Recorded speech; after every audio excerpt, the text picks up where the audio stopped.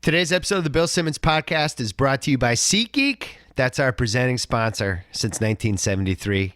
We have basketball and NHL in full swing, college basketball, concerts, wrestling, operas. My mom buys opera tickets. I keep telling you this. I'm not lying. She buys opera tickets. She really wanted me to mention this on the podcast. She's convinced that I talk about my dad too much on the podcast and that she gets a shortchanged. So now I have to talk about her opera habits. But yeah, SeatGeek, everything can be done on SeatGeek on your phone with just 2 taps. Everything is fully guaranteed. It is the easiest way to shop for the best tickets thanks to their revolutionary grading system that will literally steer you one way or the other with tickets. They have colors. It's so easy to understand. Try it out. Download the SeatGeek app today or go right to SeatGeek.com. We are also brought to you by the Ringer NBA show and the Ringer NFL show because I was on both of those this week. I co-hosted a Ringer NBA show with Chris Vernon on Monday. We broke down the Boogie Cousins trade. Check that out if you missed it. And then on the Ringer NFL show, Mike Lombardi and I talked about some free agency and some trade subplots that are kind of on our radar. Because right now, everyone is focused on basketball. So we thought, there's some football stuff going on too. We put that on the Ringer NFL show. You can subscribe to both of those on iTunes, on Google Play, Stitcher, SoundCloud, wherever you get that stuff. And we're also brought to you, obviously, by theringer.com. That's where you can find my column every Friday, give or take, mostly, almost all the time. Fridays, theringer.com. Yeah, that's where I am. So, one thing before we get to this podcast, we taped it last week. Had some really fun podcasts lately. If you fell behind, or if you got swamped, I get it. My feelings aren't going to be hurt, but we're on a really good run right now. And I think once football ended, I really wanted to double up my efforts to have fun conversations with all kinds of people. And this is somebody that qualifies. One of the better thinkers that I've ever read about the tech industry and just everything, tech business, where things are going, all that stuff. And I'd been dying to have him on, but he lives in Taiwan. So it was a little tough to pull off. But he was in town last week, and we just had a whole conversation about really where stuff's going and Facebook, Amazon, Snapchat, Google, all these places, how they're going to affect the next 15 years of my life. I think it's really worth listening to. I think you'll enjoy it. And here it is.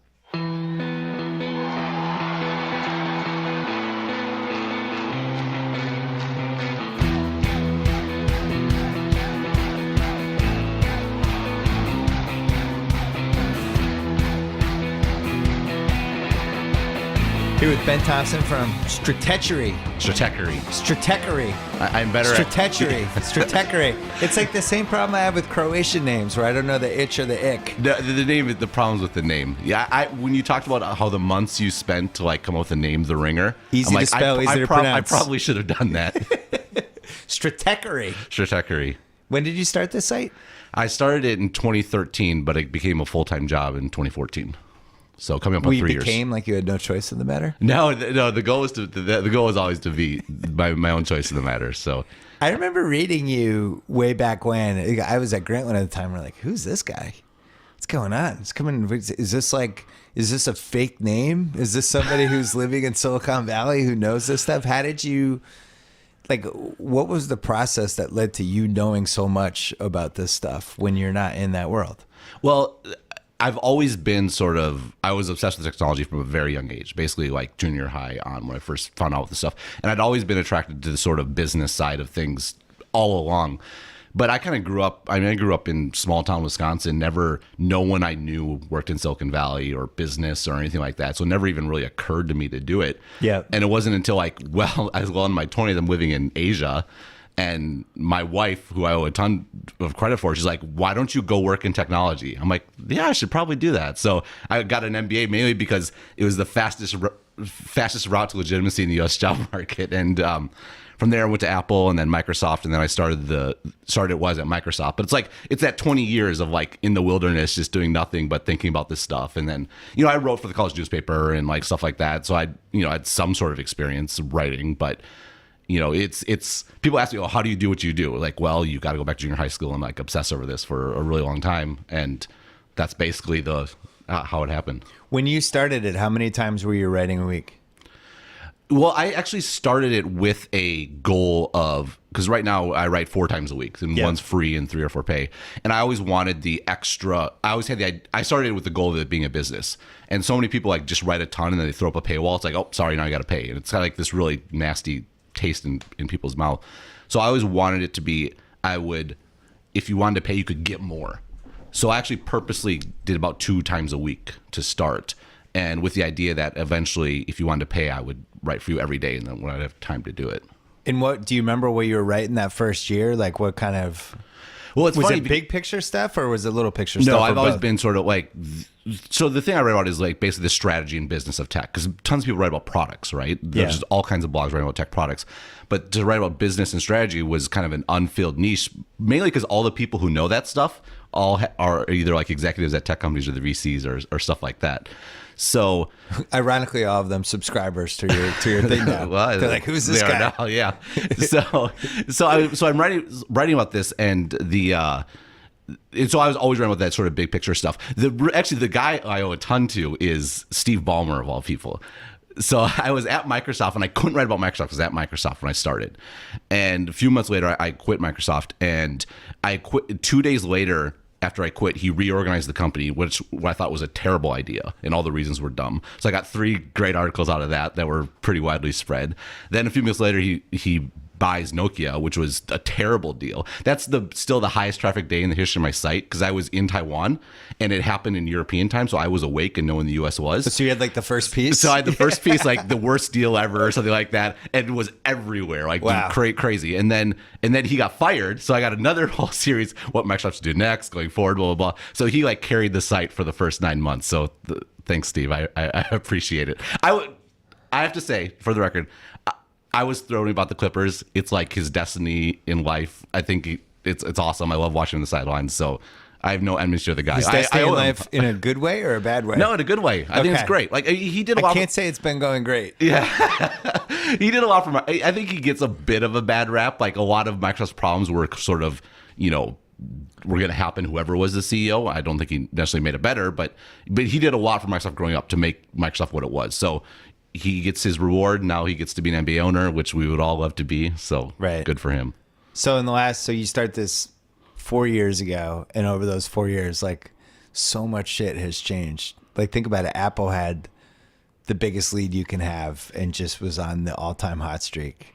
You had Twitter, which everybody was like, oh, when Twitter goes public, and and Twitter basically looks exactly the same as it did 4 years ago somehow. Yeah, well, it was the same as like 8 years ago. That's kind of part of the 8 years ago. problem. Yeah, 2008. You had Snapchat, which was a baby, which was interesting, but nobody really knew where that was going. And so many, it's just so tumultuous, and it flips and it goes this way, that way. Why don't we start with Apple? Where do you see Apple going these next few years? They have not had a quote unquote hit in a while. The problem for Apple is that the iPhone was basically the greatest product in the history of products.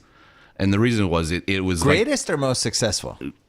I mean, whatever you want to call it. Okay. I give it all kinds of superlatives. Like it was the old model where you manufactured a device and you sold it for a profit. But it was like differentiated by the future, which is like software and services and the cloud and all that sort of stuff. And I don't know that there will ever be a product like it again, just because the world's changing, right? Now we like rent cars, or we get an Uber or whatever. We don't buy we don't buy stuff. And I think that's going to be the case more and more. In this, to have this one device that sells like that is never going to happen again. So the problem for Apple is not Apple per se. It's where's the market opportunity for Apple in the long run, beyond just kind of like milking, the iPhone and its associated stuff for as long as they can. I'm going the other way. I think Apple is totally fine, and I think they are judged almost like how we judge LeBron. Yeah, that's fair. Where LeBron like just can't win. It's like he's got to win the title and win the MVP every year, and everybody is so desperate to just be like, oh, the next guy. Hey, it's Curry. Hey, it's the unicorns, and that's just the way it goes with some of these people. Brady felt that way. Brady had the same thing. Then Brady wins the Super Bowl. Then it flips the other way. Oh, Brady the GOAT. And that's just the way it goes. With Apple, it's like They still dominate the app market. They still have a huge hold in podcasts and Apple TV, and anyone who has kids probably has Apple TV if they can afford it. And the Macs, the iPhones, they're able to release this phone that people buy, even though they just bought the last one 8 months ago. Oh, of course, yeah. iPads, which I know hasn't been as big as people thought, but I read just about everything on my iPad. Yeah, well, I know because I get lots of I've sent tons you of emails from my iPad. Yeah, I was just gonna say I can usually type the on my emails iPad. I get he says sent from iPad. It's some crotchety old man complaining about something, and plus Bill Simmons. Which me. I mean, draw your own conclusion. beautiful 4-paragraph emails. I can type really well on my iPad. I like the iPad, and I don't know. I think Apple's fine. I think people keep expecting them to come up with the next unbelievable thing, and it's like, hey, how many times can you do that? Yeah, well, I mean, I you said you took the other side, but I agree. I mean, there's always been an Apple's doom narrative for as long as Apple's existed, and it's always been stupid. Well, no, it wasn't stupid back when they were doomed, but for the last 15 years, it's been stupid. And actually, I started writing about Apple a ton at the beginning because that was the last Apple was doomed. Samsung was on the rise. Oh, yeah, remember that? Samsung had its little day in the sun there. Yeah, well, I mean, that was one of the articles that got me a lot of traction early. Was I wrote like Samsung's in big trouble, like and that was right at the peak when they were high, and like Apple's totally fine, and that's been the case, and they will continue to be fine. The iPhone's going to keep selling, like especially the wireless charger thing. If that's real, that's a big innovation. I mean, but the other great thing about iPhones is you drop them and they break and they wear out and the batteries get old and it's so essential to your life, and it's going to stay essential to your life for a very long time. So like they're going to stay tremendously profitable and powerful for a long time. So when I say that the market's not there, it's more like there's not going to be another iPhone. That's more the observation as opposed to they're like going down the tubes, like Twitter. I think they missed some like opportunities. But I also think it's a gigantic company that was up to a lot of different things, and sometimes you miss stuff. Like, I think they could have owned podcasts 2 years ago. They just could have taken them off the market and just owned it and had everybody's. Yeah. And they chose not to, and I think it was a mistake. Yeah, I don't know that anyone was even aware of that. And I think they still have a chance, just because the podcast market is like crying out for someone that provides some sort of metrics around it, to really enable advertising to take root in a deeper way than it does. All the after is now, like they're all long-term purchase, or like either big purchases like mattresses or something like that, or stuff that you buy and you use again and again. So you like a lot of lifetime value from it. To like the branding advertising, that's much harder to sort of justify just because you don't know how many people are listening. Downloads, maybe. It's always a little sketchy, like who's measuring and what. But beyond that, you have zero visibility. Well, for the sponsors, they can tell us with the URLs and with the offer codes, stuff like that. They have somewhat of an thing. But you're right. But that doesn't work for like Coca-Cola, right? That only works for like big purchase items. Well, the other thing is bigger companies are always 4 or 5 years behind of everything. Yeah, so true. In 2020, Coca-Cola's going to be like, hey, podcasts, what's going on here? And we felt that. I never really paid attention to this stuff that much until we launched Grantland, because up until then I was just writing about sports. And but then Grantland, when we were working on it and we knew podcasts was going to be a part of it because the podcast was so essential to what I was doing. But started thinking about a podcast network, and then remember YouTube was throwing around all that money. Yeah. In late 2011, YouTube's like, hey, we have $100 million. Who wants it? And we were at Grantland. We were like, we'd like some of that. Can we have? And it was so complicated within ESPN because on YouTube they run the ads at the beginning.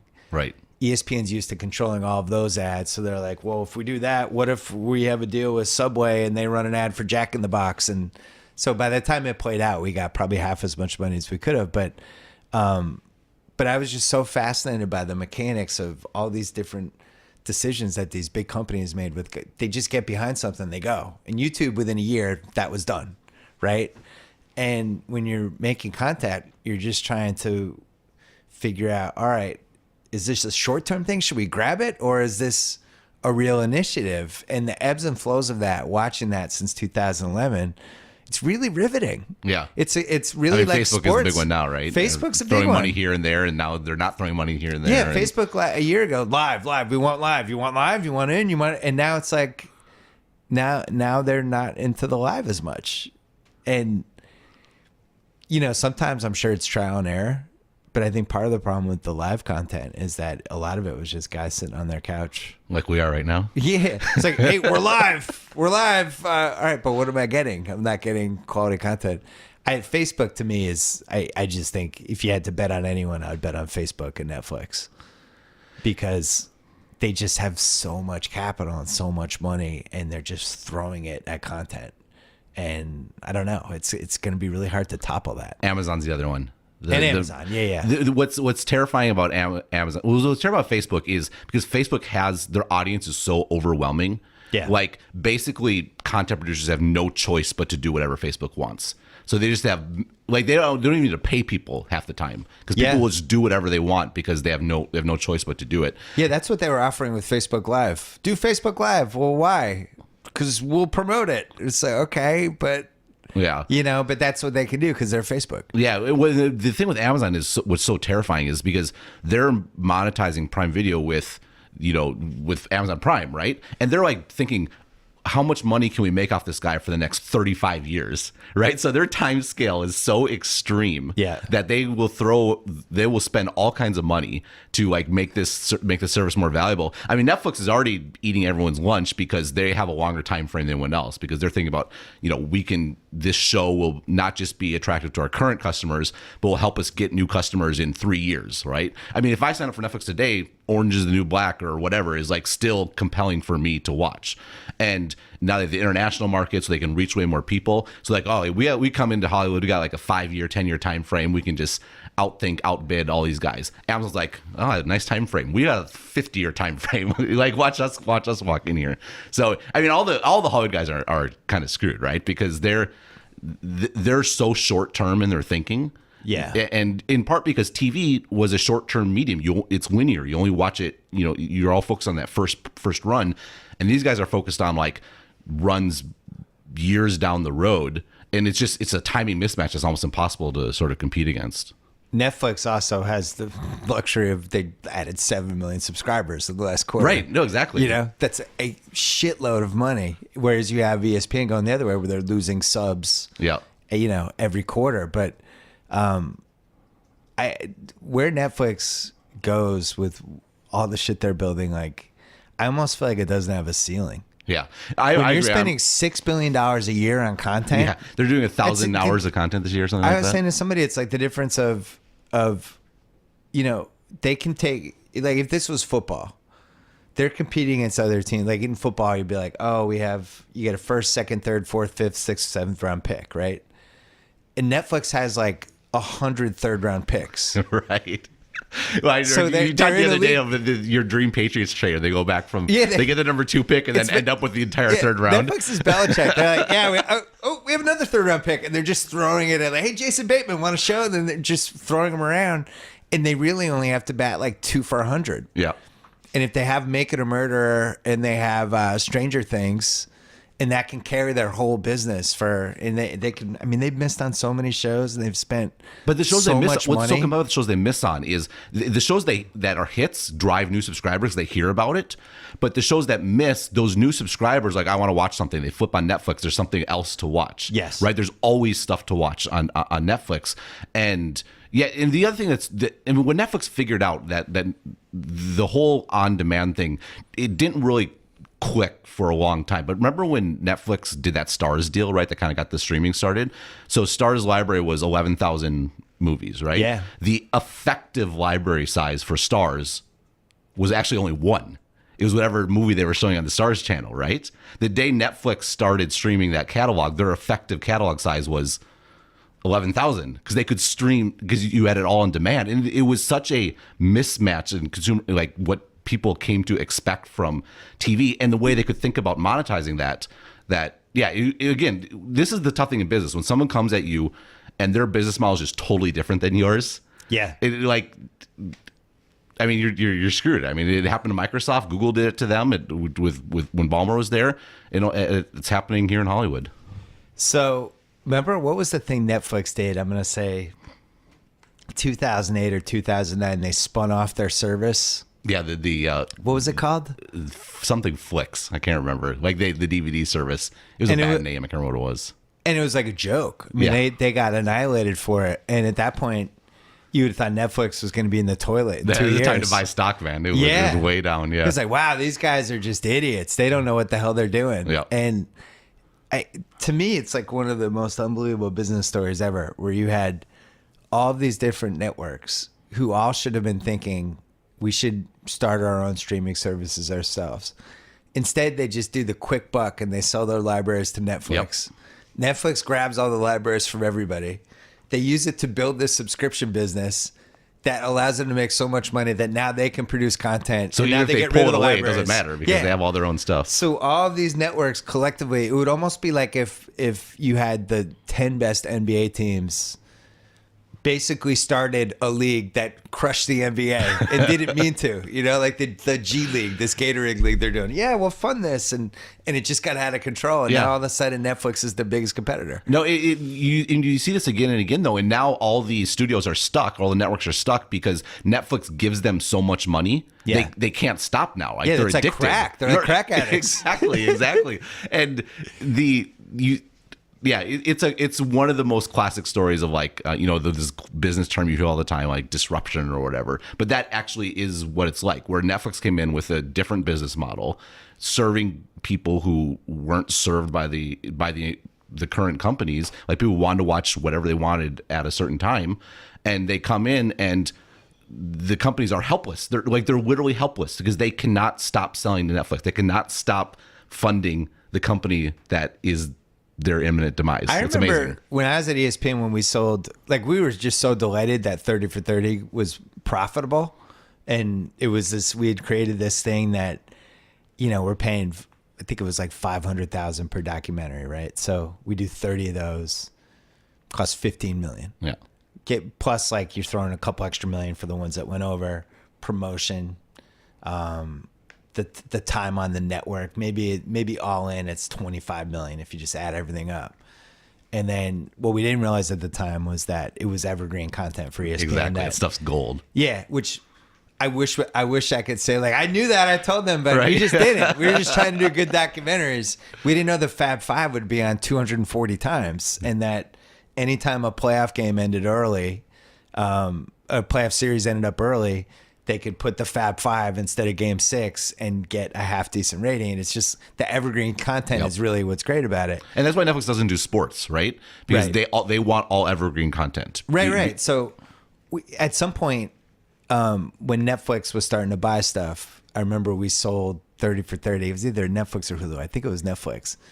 And I can't remember what we got, but it was like, yeah, they paid this and they have all the 30. And I was like, that's great. What a great. And you don't think like, yeah, we're helping feed this beast. Yep. We slaved over this series, and now Netflix just cherry picks it for this small price, and they're just cherry picking everything. Netflix was like, they had none of their own stuff. Yep. House of Cards was the first show they actually made. Yeah, and even that, they didn't really own that many of the rights of No. it, right? They only had U.S. rights. Even some of the other stuff they're doing, they're buying English shows, pretending it's a Netflix show, but it's really some show Right. that was in England. I think it's amazing. I can't believe they built a business out of what they did. And meanwhile, they're pumping all of it into technology. Hulu also. I think Hulu's really good too. I mean, the Hulu's handicapped because they're owners and Right. are so worried about preserving their current businesses. Like, Hulu is, I think, like the salvation for like the networks, right? Hulu should be their big play against Netflix, but they're incapable of committing to it. But you know what's interesting though? Hulu has people think of it now as the TV place. Right. Where I watch the TV shows. I get to see Saturday Night Live the next day, and I get to see the ABC show and all that. They actually have a ton of movies. Netflix has scaled back on their And Netflix movies. is TV now. It's Netflix is basically a lot of their own content. Hulu is the one that's investing in the movies. HBO, like if you go to HBO Now or HBO Go, their movie library is big. Starz has a big movie library. It's the on-demand culture. When you have kids, But you think about it though, but you have small ones, right? Yeah, well, 9 and 5. So Oh, I'm 9 and getting 5. older. Okay. Yeah, the on-demand is when you have kids, it's huge. Yeah. But you think about it, the entire culture and all of Hollywood in general has shifted to prestige TV in like what is like the really dominant stuff. So yes, they have movies, but in some respects, that Netflix's focus is basically on that sort of content. and HBO that's really their bread and butter as well, is in many respects where things are going, and that lends itself to binge viewing, so much. Is like you just sit down and just watch 10 episodes at once on a Saturday or something. What was that, Crown? The Netflix, the show about Queen Elizabeth? I don't know. I think it's called The Crown. Yeah. 55 episodes. and it's like Game of Thrones level quality, and they're just banging those out. This would be, HBO makes a couple big shows a year that they invest in, whether it's Game of Thrones, Westworld, or the same thing for Showtime. Like they have Homeland and they have Billions, and right. They're making 4 or 5 bets. Netflix, like, in its spare time, like, and here's The Crown, and they're just cranking these things out. I don't know where it's going. Well, I mean, they're all spending against the future, right? So Netflix takes on a lot of debt, right? Their cash flow is way negative, and so but when they did that last year, we're like, we just flipped the switch and now we're in like 250 countries. Like that was such a power move, because it's like we are creating content, and now when they did the OC, or not the OC, what am I thinking of? Was it called The OC? What was the big hit last summer? The 80s hit. Oh, the Stranger Things. Right? Stranger Things, yeah. Sorry. Why did I get the OC from? The OC. Maybe the OA. Oh, the OA, that's what I was thinking of. You're mixing 5 shows.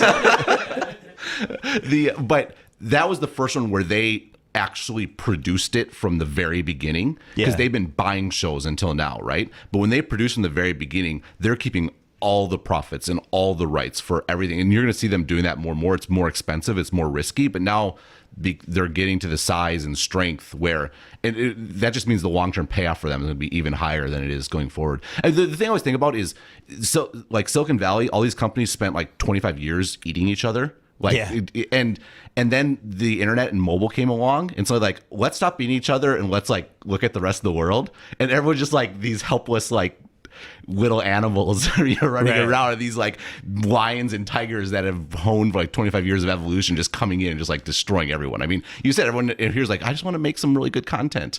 And Netflix like, okay, you can make some good content. That's nice. And they're like, we just devoured your entire business, by the way. Yeah. Where do you see Amazon fitting into this? Amazon's the biggest monster of them all. Like, wow, anyone. So when you're in the Thompson Power Rankings, Amazon's number one. Yeah, really? Okay, in a clear lead. Clear lead. No. What makes Amazon's goal is to basically take a skim off of all economic activity. Okay. So the most obvious example is AWS, right? They have this monster where they have infrastructure, and almost all new companies and lots of old companies, they run all their servers on Amazon's infrastructure, and they pay Amazon. Basically, they're paying Amazon like a fee or like a tax on like everything that they do, right? Mm-hmm. So that's a very clear example of what they're doing. But e-commerce, right? Amazon started as a traditional retailer where they buy a bunch of crap and then they sell it to you, or good stuff too. But now Amazon's shifting over time where they're just a platform, and basically what happens is third-party merchants pay Amazon to hold stuff in Amazon's warehouse. And so Amazon not even paying inventory costs. They're paying them for it. And then when they sell it, they pay Amazon like 15 to 20% commission. And so Amazon's not even... They're like a loan shark. They're just a middleman. And they do all the fulfillment. They do the same with logistics, right? They just announced this $1.5 billion air hub like next door to UPS. Yeah. And they're buying planes like, we're just going to help our partners, right? They're not going to help their partners. They're going to build like baseline capacity and spikes like let the other guys take care of it, which is a terrible business. And they're going to own all the logistics, right? And it's not just the business, though. It's that Amazon itself, the way it's constituted as a company and the way they're a systematic company that is systematically build systems, if that makes sense. Like, and the way that they generate these new companies is repeatable in a way that all these Silicon Valley companies are all product companies, right? They make a great product. They make the iPhone. They make Google Search. They make Facebook. And those can be great businesses, but those aren't trillion-dollar businesses. Trillion-dollar businesses are ones where you build platforms and people just build entire companies on top of you, and you just take a skim. That's what Microsoft did for a long time. Amazon's doing it, but like 10x. And Twitter. Oh no, wait, Twitter's not doing that at all. Twitter is a product company that doesn't know how to build a good product. Why? What is your? I mean, I've heard a million theories on this. Why is Twitter so incompetent? I think the root cause for Twitter's incompetence is the unbelievable sort of managerial turmoil at the very beginning of the company. They never recovered from it. They never recovered. The initial idea was so good. Yeah. And it almost like handicapped them. It was so good that they never had to figure out. Like most companies, they kind of have an idea, but they have tested and they get like what's called product market fit. They figure out, oh, this is the right product for the market. And then they go and they build it, right? Twitter's initial version had like almost perfect product market fit from day one. So they were free to, on the side, they could bicker with each other and fight about stuff. And basically the product has barely evolved in its entire lifetime. Everyone's like, barely is like a compliment. Everyone's like, oh, Twitter, they're young, they're growing. Twitter's a 11-year-old company. Like this is an old product. That looks effectively the same as it did in 2007. Yeah, and they had like Twitter could have been a monster. It should have been this sort of platform where all kinds of apps run across it. They're basically like a protocol, right? And then they should be the ad network inside every other app. They don't necessarily need to monetize on Twitter. Also, they could have monetized it. I mean, why couldn't it be? Well, the data's so valuable. 5 tweets a day, and then every tweet after that, you got to be a Twitter premium, and you got to pay $10.99 a month. They wouldn't even do that. The problem is you're limiting your audience, right? People don't like to pay for crap, but you don't have to. If they got 5 tweets a day, if you want to do more than that, pay. Well, if you want to have more than 140 characters for a tweet, it's a nickel per character. There's a million things they could have done. Well, just look at the world where tweets move markets, right? Yeah. And Twitter barely earns anything on their data. Like they just sell off like data streams. Like they give away to Google. Like, I remember it was like, oh, Google should acquire Twitter. Twitter did this deal with Google like a year ago where they gave Google all their tweets. And it's like, so Google basically bought the company without having to pay a dime for it. Right. I mean, it's mad. Yeah. Everyone sees the downsides now, but those seeds were all planted, when your attitude is, hey man, if it's not broke, you don't fix it. That's never worked in the history of mankind. No, and that's also led to a lot of Facebook, right? Facebook's like, Snapchat's coming along. We're going to take Instagram, one of our most valuable properties, and we're going to potentially fuck it up. Oh, that's right. We're not in East Panic Square. That's right. Yeah, and we're going to totally put stories in there, and it's a total ripoff. But you know what? Like, look at the scoreboard, right? Yeah. I mean, at the end of the day, it matters. Like, you don't get brownie points for all these companies. Like, they get so hung up on being quote unquote innovative. The fact of the matter is, to come up with an innovative product is like when the hardest that resonates is impossibly hard. Startups do it because they have no choice. It's the only way to succeed. Once you're Facebook and you have a shit ton of money, why wouldn't you go buy people? Why wouldn't you rip off stories? Like, you have the audience, you have the trump card. No pun intended. You you can do. Hey, we need a new phrase that's better than Trump terrible. card. He's ruining everything. If it ain't broke, don't fix it. Has led to a lot of sports disasters. Yeah. With teams and leagues and just everything. You got to keep moving. Facebook's done a pretty good job of moving. Twitter has done. I mean, there'll be books and documentaries about it at some point. I mean, you've heard the Zuckerberg quote about Twitter, right? I don't remember. Twitter is like, what is it? Twitter is like if a clown car backed into a gold pit or something like that, or a pit of gold or something like that. His quote is actually much better. I just totally butchered it, but it's the perfect encapsulation of the company. But they had so many smart people behind the scenes of it. I mean, maybe they had too many smart people. That could have been part of the problem. Yeah. You look at all the people who were involved behind the scenes, and it's a who's list of successful people, and yet they couldn't figure it out. I think that's part of the problem. There was a lot of conflict. There's also a lot of the they caught lightning in a bottle. And was that because they were really smart, or were they really fortunate? And now everyone thinks they're really smart because they got really fortunate. Yeah. Well, if they get rid of if they handle the troll problem and they figure out a couple different ways to innovate over these next year and a half. Basically they changed their behavior from the last 11 years That's as the a thing. company. It's the same thing like if you're talking about a terrible sports team that's been like, well, if the Browns get a quarterback and they get the right coach, and it's like, well, they're the Browns. That's exactly it. It's because it's cultural. It goes to the very core of the company. Yeah. And it's the same thing with sports teams, right? They're just screwed up. I'm a Milwaukee Bucks fan. I know this very, very well, right? For us, the light at the end of the tunnel is always a train. Right. And like I think that's the same thing with companies, right? It's just you are who you are, for better or worse. That's interesting. That has to be the first Milwaukee Bucks Twitter comparison It feels apt. that's ever happened. I'm trying to think who that's more insulting to. I think it's better for the Bucks. Like, it's probably the best thing that's happened to the Bucks since the 2001 Eastern Conference Finals. Yeah, Or and then- 2000. What was it? No, So the who are 01. the refs in this scenario? 01. Have you gone on internet deep dive about that?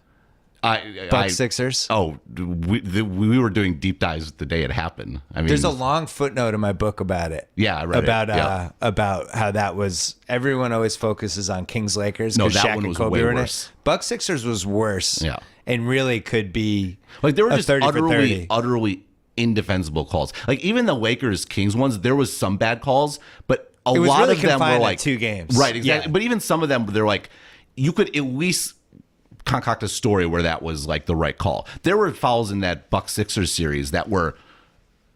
Well, what was the free throw advantage? I think it was like 180 to 115 Yeah. or something. And Philly really was an outside shooting team that just had Iverson go to the basket every once in a while. like compared to their season averages for free Yeah. throw attempts, it was wildly out of whack. Then Scott Williams got suspended before Yes. Game 7, like an Yes. hour before. Oh, that it was another one. unbelievable. Yeah, Oh. it was bad. I mean, it was bad in the moment, and people were talking about it in the moment, like, this is really fucked up. What is going on Yeah. here? It's that 1999 to 03 stretch in the NBA. was There's rough. a lot of chicanery.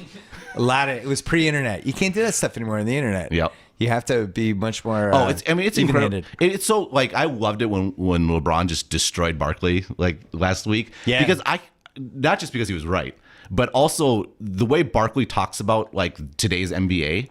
Yeah. When like from any objective measure, it's such a vastly better product than it was. It's Particularly certainly that period. different.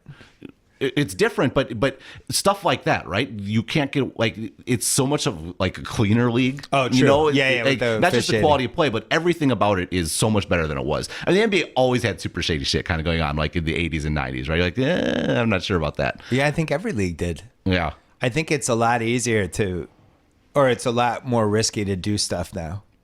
Like in 2017, if you were just going to suspend somebody's quarterback for 4 games. Oh, wait, that just happened. Bad example. No, I do think that for the most part, you have to be more careful. It's like Facebook versus Twitter. Like as far Yeah. as like one's like bumbling around, don't know what he's doing, and the other one is just executing. And That's like, another just boom, where I boom, don't boom, know who boom. got insulted more there, Goodell or Twitter. I think Goodell is Twitter. Goodell's probably better and more successful. Yeah, I mean, he makes $44 million a No, year. this is the point I was making about people are thought of as being smart because they're fortunate. Right. That's I think a Goodell is an That's apt example of that. So is Twitter salvageable? I don't think so. You don't think so? I love Twitter. I love it probably I think more it's than any salvageable. product that I use. Like I love the iPhone. I would rather have Android and Twitter than an iPhone and not Twitter. I feel, especially the last few months, it's gotten so toxic.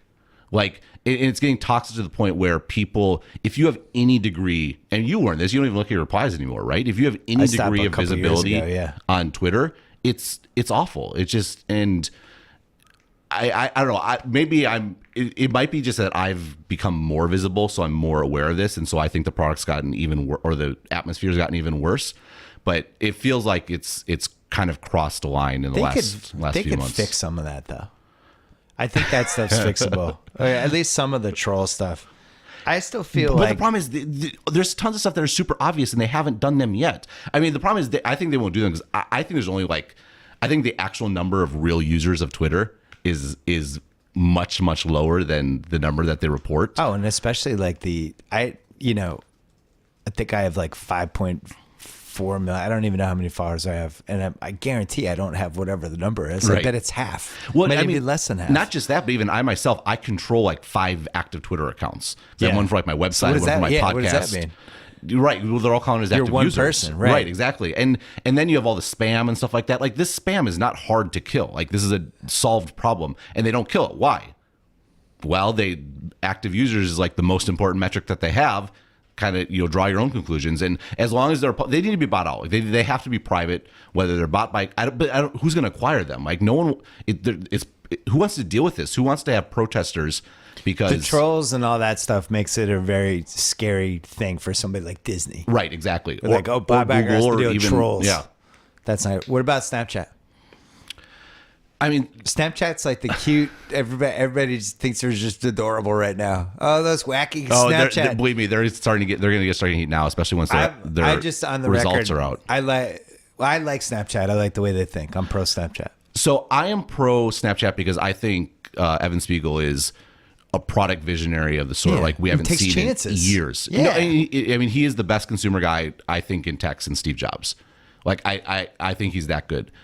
The problem is that Snapchat doesn't have a good business. Well, the problem is, one, Facebook and Google are so dominant when it comes to advertising. They need to figure out how to break into that.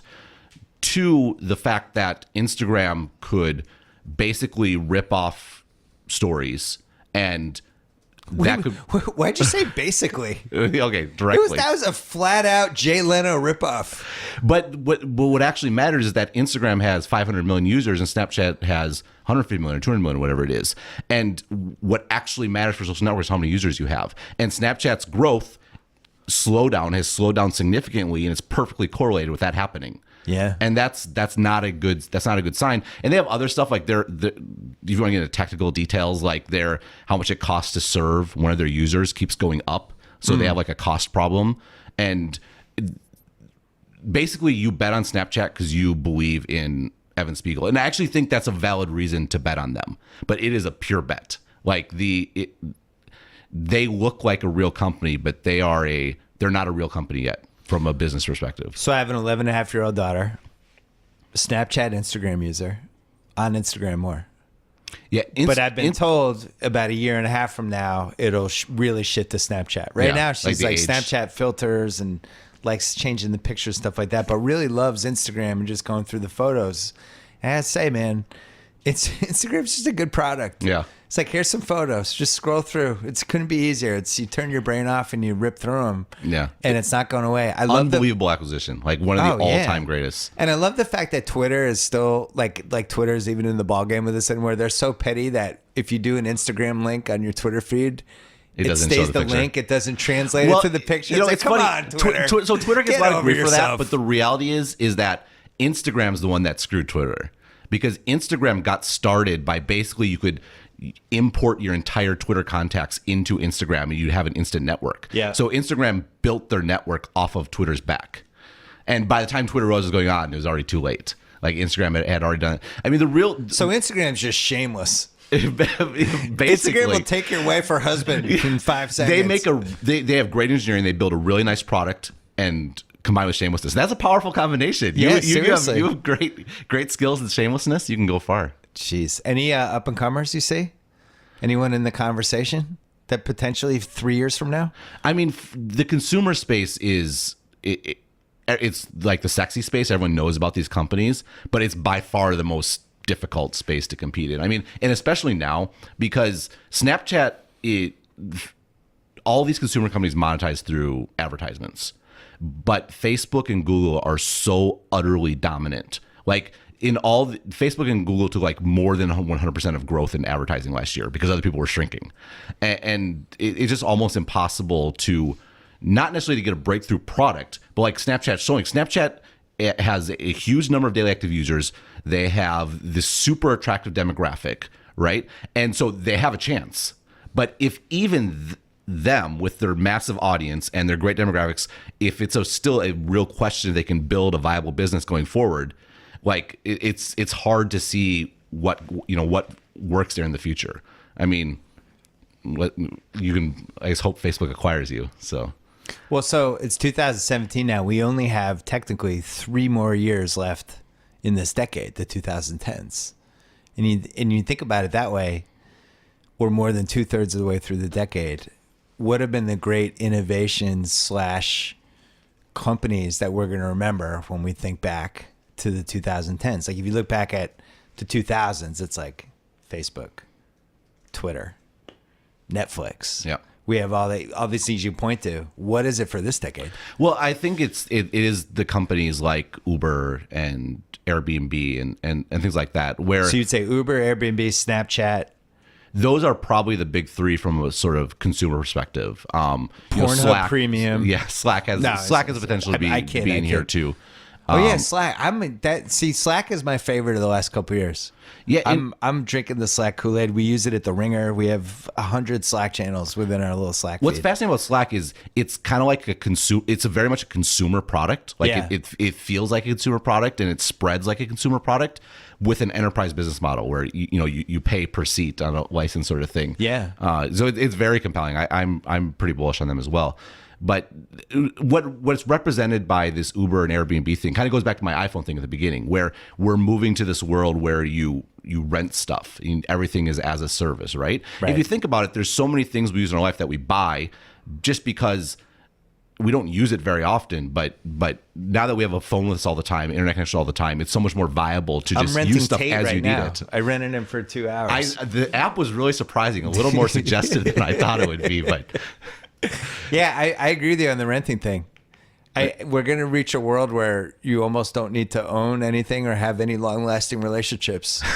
You could just be in your house and you could just order VR sex and order food and Uber wherever you want. You just have no attachment. You're like Robert De Niro in Heat. You can get away from everything in your life in 30 seconds.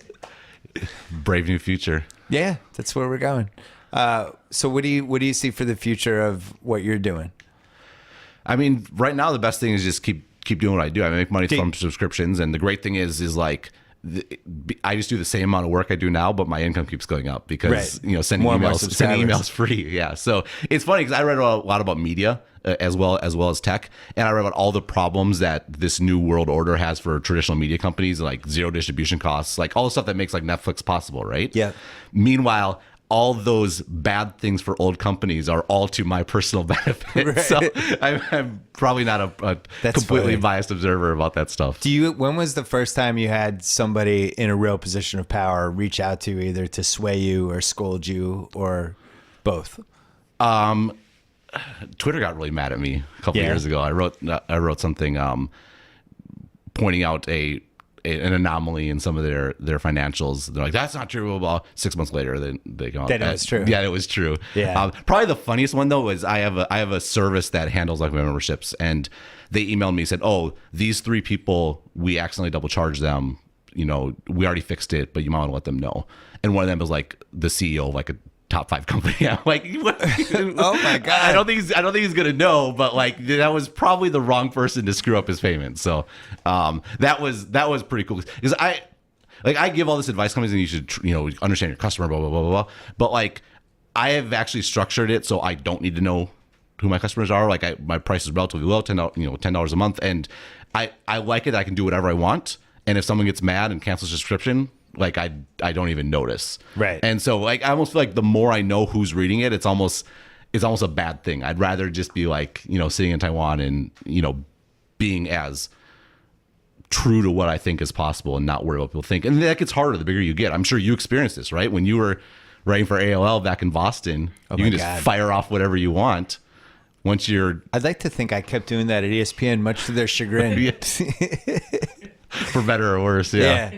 I think there was definitely at ESPN the first few years when I wrote for them, the internet was still kind of down there. I'm pointing down to the floor. Right. You were down in the basement. Yeah, it's just like, well, he's on the internet. And then gradually that shifted. I think 2004 was a big moment for my column on the website because when the Red Sox lit that whole run and I was leading ESPN every day and it was like a national column that's basically, which hadn't really happened before. Right. So there's these little victories that the website had. And then at some point in the mid 2000s, all of a sudden it became like the establishment. But I don't feel like that was the case the first few years I was there. And then I started noticing like around 07, 08, that's when coaches and GMs and commissioners and assistant commissioners and all of a sudden it was like, oh shit, like people care. Everybody's reading our website. Yeah, I know exactly what you mean. Yeah, you could just kind of like you feel very gratified that they're reading it, but like you feel the sense of responsibility and like pressure, like totally skyrockets because it's like you really can't screw it up now. Well, and also I think it makes you. This is going to sound bad, but it really makes you think about what you're writing about people. Yeah, and I realized especially at my old site, I was just too mean. But the first couple of years at ESPN, you're writing and you're thinking like, well, they'll never read it, or that's not really. They're like these people that aren't people. Right. And then when you start crossing paths with someone, it makes you think like, oh shit, put some thought into this. Like this, if I'm going to really eviscerate this team and they're going to read it, I want to make sure I'm fair. Yeah. And I think that's one of the reasons I like your stuff is in the wrong hands, your column could be, a real menace to that, you could really use some of your sway that you have at this point in a really negative way, and you don't. You try to be fair. It's still hard though, because I honestly think one of the advantages of living in Taiwan is you're not going to run into these people. No, it's true. I mean, San Francisco is so like incestuous, right? You think Hollywood's bad. I mean, like, well, it's actually probably very similar, right? You go to a coffee shop, talk about tech. You go to a restaurant, talk about tech. Like, it's tech. And not just that, but everyone switches jobs. Every 2 years. So the person you're thinking about criticizing, you might be working with or in wanting to invest with or whatever. And so not being there, I think, is a little liberating. But even now that I know more and more people, like, you feel it. I mean, there was probably the most direct column I've written is I wrote that the former CEO of Twitter should be fired. And like, he'd reached out to me previously about something I wrote, and it was very complimentary. And like, when I was writing that, like that note was like in the back of my head. I felt bad, right? It's like, he was so nice to me, but like, I felt it needed to be written. Yeah. And I stand by it. I think it was correct. But it's true. Once you start actually building any sort of connection, it becomes way harder. And it also kind of keeps me out of San Francisco, honestly. Yeah, I had it in Boston because I was always writing that Doc Rivers should get fired. Right. And I was writing as a fan and just like, this guy sucks as a coach. We got to get rid of him. I don't know if the media is protecting him. And I was wrong because I was overrating, he was better than I was giving him credit for. I don't think he did a good job until KG showed up. But that was the first time I really realized, like, I should be framing this differently. Like, I'm writing this like it's 1999 on the internet. Right. And I should be a lot more fair than I'm being. And I think, I think when people use their platforms in, it could be dangerous. And by the way, we've seen that at the highest level of our office right now. Like, you could have a high platform and it could be dangerous. Yeah, absolutely. You should have called your website Made in Taiwan. If you had to do it over again, over stratechery. Well, the only problem is, what if I move? You're still getting it wrong. I listen. Yeah, I like the Vucevic analogy. I think that's a good one. Made in Taiwan's a good name for a website. Yeah, but is that? I mean, what I guess it wouldn't explain what your thing is. Yeah. I think it would be taken in multiple directions. We'll put it that way. Give me one thing that I'd be shocked to know about Taiwan in a good way. Because I know nothing about Taiwan. I literally know nothing other than that their Little League teams have been really good. Taiwan is the 14th richest country in the world. Like, a lot of people think about it like as a developing country, but no, it's super modern. It's Okay. like, the way I say about Taiwan is Asia is like incredible, right? There's all these amazing places to visit. You ask me where to visit, I wouldn't know where to start almost. But if you're looking for a place to live, it's a phenomenal place to live. Like, the people are great. It's pretty English friendly. It's easy to get around. You're in Taipei, 30 minutes from the mountains, 30 minutes from the beach. It's so no, I'm a big fan. I mean, the big reason I'm there, my wife's from there. I met her after school, and so we're close to family. And the other great thing is because I write a daily newsletter, right? So I work in Taiwan and I press publish at like 6 p.m. And 70% of my readers are in the U.S. They wake up, it's in their inboxes. Oh, so yeah. It's actually Time zone advantage. Yeah, it's a huge advantage actually. When I come back to the States every summer with my kids to bring them to Wisconsin to my parents, and it's hard, man. It's hard to be on U.S. time to write for a U.S. audience like that. So is it's there a great country, Taiwanese food? Oh, that's different than like yes. Chinese food, Japanese food? Yes, Taiwanese. What is it? It's its own. So there's a so the most famous thing is like they have like these night markets and lots of like interesting concoctions and stuff. But just in general Chinese food, like there's a Lu Fan is a very famous one. It's like this slow stewed pork that's cooked for like, because street food, right? So it's and like you have stews. rice. No, it's like rice with like pork Okay. on top and stuff like that. Then there's fried chicken. There's all kinds of noodles and rice dishes. It's well known for the cuisine. Nobody's People ever, go there. in my life, nobody's ever said to me, "Hey, I found this new Taiwanese restaurant. We got to go tonight." No, yeah, I mean, have you been to Din Tai Fung, like the dumpling place? Okay, so that qualifies. Yeah, that's Taiwanese. Yeah, there's I think they need better PR. They probably do. In Asia, I think Taiwan's pretty well known for being a food destination. Like people go there. It's like it's not great for like food from other countries necessarily, but Taiwanese food itself. Oh, beef noodle soup is like Taiwan's super famous for that. Some incredible places. But yeah, the food's a good thing. If you ever come over, I can. This is leading to a text from Joe House about the beef noodle soup. Hey, he's not going to care about anything else we talked about. He's like, hey, so Ben talked about beef noodle soup. Where do I get that? That does sound really good. It is good. All right, so Stratechery. Stratechery, STRATECHERY. And what's your Twitter account? At Ben Thompson. Anything else we need to plug?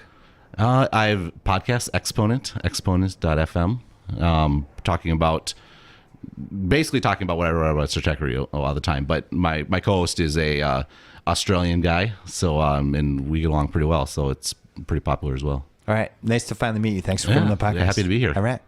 All right, thanks so much to Ben Thompson. Remember, we have one more Bill Simmons podcast coming up this week, as well as a column that I'll be writing for TheRinger.com. And don't forget to check out the Ringer NBA show and the Ringer NFL show. I talked to Mike Lombardi on the Ringer NFL show and talked about the Boogie Cousins trade on the Ringer NBA show. Oh, I forgot. On Channel 33, I went on Bachelor Party with Juliet Littman and Mallory Rubin. Yeah, lively. Almost a little raunchy at times. Gotta say, they bring out a little bit of a raunchy side that I usually don't unleash in the podcast. But we had a fantasy suite conversation that, it wasn't quite NC-17, but I think it might have been rated R. Anyway, check that out. Check out the old podcast that we've done the last couple weeks if you missed any.